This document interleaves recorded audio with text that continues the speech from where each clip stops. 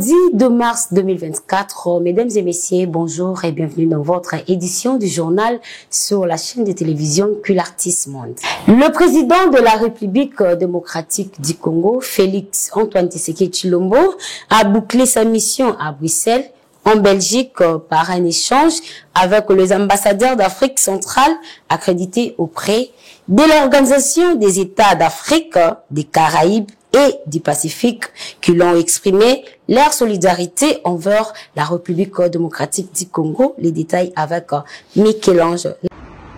Le président de la République, Félix Antoine Tshisekedi, a bouclé sa mission en Belgique par un échange avec les ambassadeurs d'Afrique centrale accrédités auprès de l'Organisation des États d'Afrique, des Caraïbes et du Pacifique, qui lui ont exprimé leur solidarité envers la République démocratique du Congo.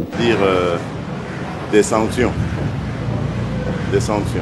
C'est la seule chose qui pourra faire reculer le dictateur Paul Kagame. Je suis content de la position de la Belgique qui se pose aussi des questions sur cet accord et nous pensons que cette position est très intelligente parce qu'elle va même dans le sens de dire on doit alors, si accord il y a, prendre soin de vérifier la traçabilité et donc la provenance de ces minerais. Nous sommes certains que ce sont des minerais volés à la République démocratique du Congo et il n'est pas question pour nous que cet accord puisse passer ici. Il y a toujours moyen d'en faire plus, mais la Belgique fait quelque chose, c'est déjà ça. Signalons que, au cours de ces voyages, Félix Antoine Tshisekedi, garant de la nation, avait rencontré le Premier ministre et le roi belge.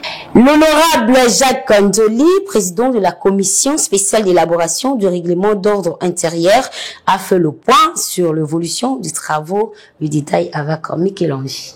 Les travaux de la commission spéciale chargée de l'élaboration du règlement d'ordre intérieur de la Chambre basse du Parlement se poursuivent sans relâche. Le jeudi 29 février 2024, les travaux se sont déroulés en sous-commission. Le député national Jacques Njoli, président de cette commission, a fait le point sur l'évolution de ces travaux. Le travail d'élaboration du règlement d'ordre intérieur de cette Chambre pour la 4e législature avance très bien.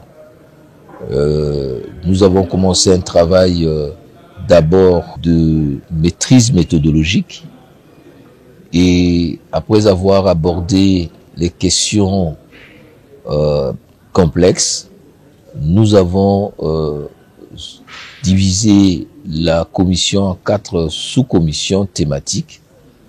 La première sous-commission vérifie les amendements et la conformité des dispositions relative à l'organisation et au fonctionnement de la Chambre. Il y a une deuxième commission qui s'occupe de la production législative.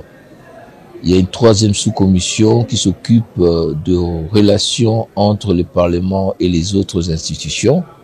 Et la dernière sous-commission qui s'occupe des relations de la diplomatie parlementaire, du statut du député et des agents techniques et des cabinets politiques.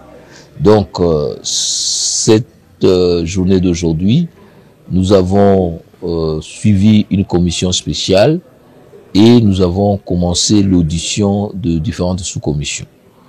Demain, nous allons continuer et nous espérons que à la fin de la journée, nous aurons terminé les travaux d'audition des sous-commissions et la mise en commun du texte sera faite le samedi et nous espérons que le bureau provisoire recevra le texte finalisé au plus tard ce week-end pour que nous ayons une première plénière sur la question au début de la semaine. Il n'y a pas de questions épineuses, il y a seulement des questions de clarification, d'adaptation au contexte, des prises en charge des problématiques nouvelles, comme je vous avais dit, et surtout la question de l'honorabilité des députés en termes de déontologie, en termes de comportement, pour mériter, n'est-ce pas, l'honorabilité que confèrent ces statuts.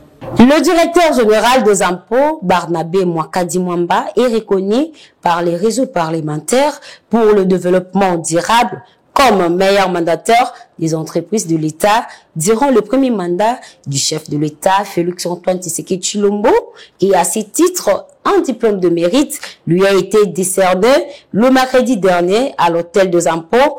Et ces derniers remercient le chef de l'État, Félix-Antoine Tshisekedi Tshilombo, pour son accompagnement et promet de faire encore plus.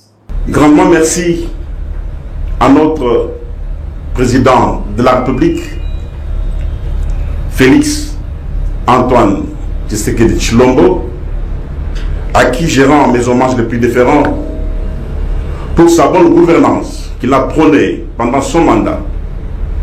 C'est suite à sa bonne gouvernance qu'aujourd'hui nous sommes arrivés à ces résultats ici.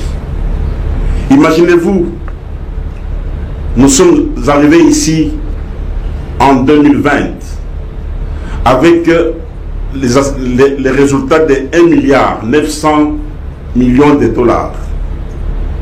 Et aujourd'hui, la DGI est en mesure de réaliser à elle seule 5 milliards de dollars. En 2022, nous avons fait plus ou moins 5 milliards 700. Et si nous prenons les 4 ans ici, bien aimés, la DGI à elle seule a réalisé plus ou moins 16 milliards de dollars. Les chefs d'état-major généraux de pays contributeurs de troupes de la force de la SADC déployés en République démocratique du Congo viennent d'arriver à Goma le jeudi dernier pour une rencontre de commandement de haut niveau. Le commentaire avec Merva Ngilima.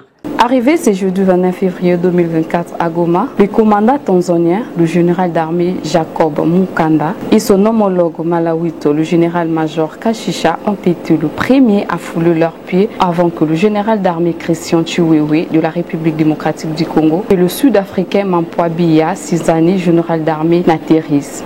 Y compris la présence du foule général burundais, était aussi remarquée dans la capitale du Nord Kivu. Tous récits par le commandant des forces terrestres congolais, le lieutenant général Fall Sikabwe, commandant de la SAMI RDC, et le gouverneur militaire Peter Chirimwani vont se réunir pour la perfectionner la stratégie militaire pouvant aider à ramener la paix dans l'est de la République démocratique du Congo et permettre le retour de déplacés internes dans l'ère milieu habituelle. Retenons que ces chefs des armées séjournent pour le moment à Goma. Suite d'une carence d'eau potable à Bukavu, plusieurs cas de noyade sont enregistrés au lac Kivu pour les femmes, vieillards, hommes et enfants qui vont en recherche sur ces. Les habitants de ces coins implorent auprès des autorités de leur venir en aide. Depuis plus d'une semaine que les robinets de la régie des eaux de la ville de Bukavu sont à sec, suite d'une panne survenue sur le tuyau principal d'une société. Les habitants de ce lieu, hommes, femmes, enfants, recouvrent à l'eau du lac Kivu avec plusieurs conséquences telles que l'impropre à la consommation. Indiqué dans un communiqué que la régie des eaux a connu une panne sur le tuyauterie principal qui alimente la ville. Le réseau est menacé par la construction arnachique au-dessus de la conduite. La société civile invite le gouvernement provincial à s'impliquer d'urgence pour l'amélioration de la situation. C'est dit préoccupé par la pénurie d'eau devenue permanente dans la ville de Bukavu, dont la démolition sans compétence de tous les habitants érigés sur les installations de celle-ci. Dit Jean-Christophe Kijana, membre de la nouvelle dynamique de la société civile. Verdict sur la mort de l'ancien ministre du Transport, Chéribin Okende. La Cour de cassation éclaircit cette affaire. Moulima nous en parle.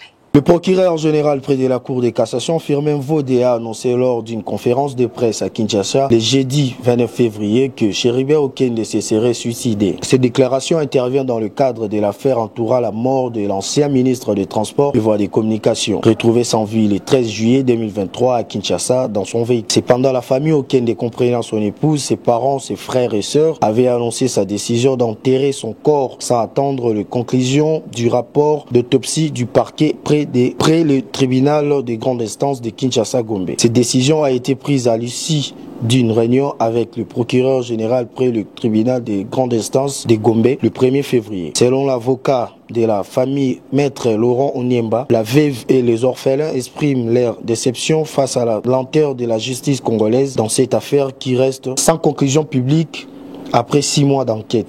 La police nationale congolaise vient d'arrêter des individus non identifiés cause d'une tentative de braquage de jouets à l'agence Western Union dans la commune de Bandal.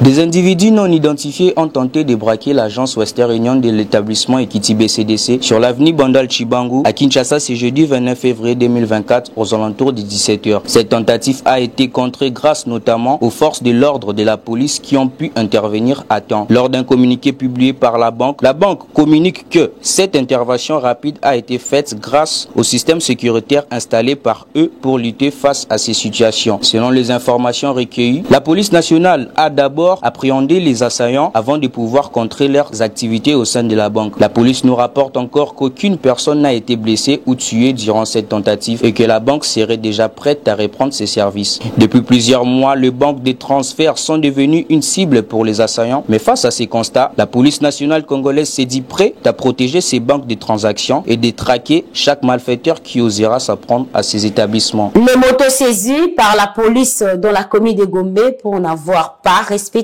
les instructions données par le commandement provincial national de la police de la ville-province de Kinshasa, Gloire Nkolo, nous développe.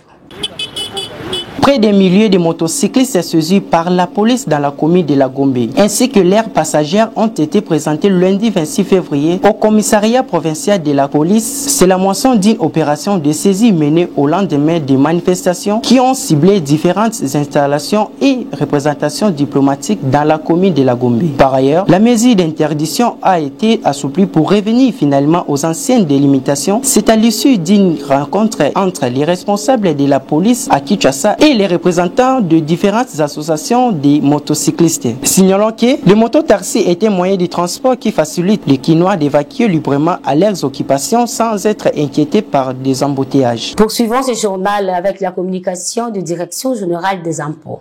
Communiqué de la Direction générale des impôts. La Direction générale des impôts invite toutes les entreprises relevant de la DGE et du CDI Kinshasa à prendre part aux matinées fiscales sur la certification des états financiers le mardi 5 mars et mercredi 6 mars 2024 à partir de 10h dans la salle de réunion de la paroisse Fatima dans la commune de la Gombe.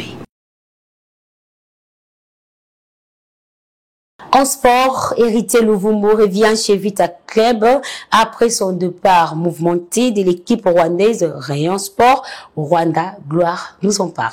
Héritier Luvumbu, libre de tout contrat, fait officiellement son retour dans l'ASV Club. La cérémonie de signature du pré-contrat a eu lieu mercredi 28 février. C'est une très bonne nouvelle pour les milieux offensifs internationaux congolais qui va reprendre son activité après son périple rwandais où son contrat a été relié suite à son geste de protestation contre l'agression dans l'Est de la République démocratique du Congo. Retenons que Héritier Luvumbu a commencé sa carrière à l'association sportive Rogelou en 2011 grâce à de bonnes performances. Il est repéré par Flora Ubengue, l'entraîneur de l'association sportive Vita Club. En 2013, il signe en faveur de l'association sportive Vita Club. Il joue des Ligues des Champions, dont une finale en 2014 contre l'Est Sétive. En 2022, il quitte officiellement pour signer un contrat de 6 mois chez les Rayons Sport FC de Kigali. Il a participé également à la CHAN 2016 avec l'équipe nationale de la République démocratique du Congo. Bouclons ce journal avec ces communiqués nécrologiques. Communiqué nécrologique. La famille des révérends pasteurs Michel Poula Ndama informe à toutes ses connaissances que les programmes des obsèques se présentent à Kinshasa comme suit. Veille mortuaire, nuit des samedi 2 mars à partir de 18h au dimanche 3 mars 2024 à la paroisse des ECC 50e CEUM de Kinsuka, référence Mimosa de la Mai, arrêt Blandine Wende Kinsuka de Lubwa. Dimanche 3 mars, enterrement interviendra à Gbadolit. Ici, à Kinshasa, la famille s'est réunie à la même adresse pour rendre ses derniers hommages les avant-midi à l'issue du culte dominical. Ce communiqué tient lieu de faire part. C'est ici que nous mettons fin à notre journal de ces jours. L'équipe rédactionnelle présente ses sincères condoléances à notre confrère Freddy Polymath.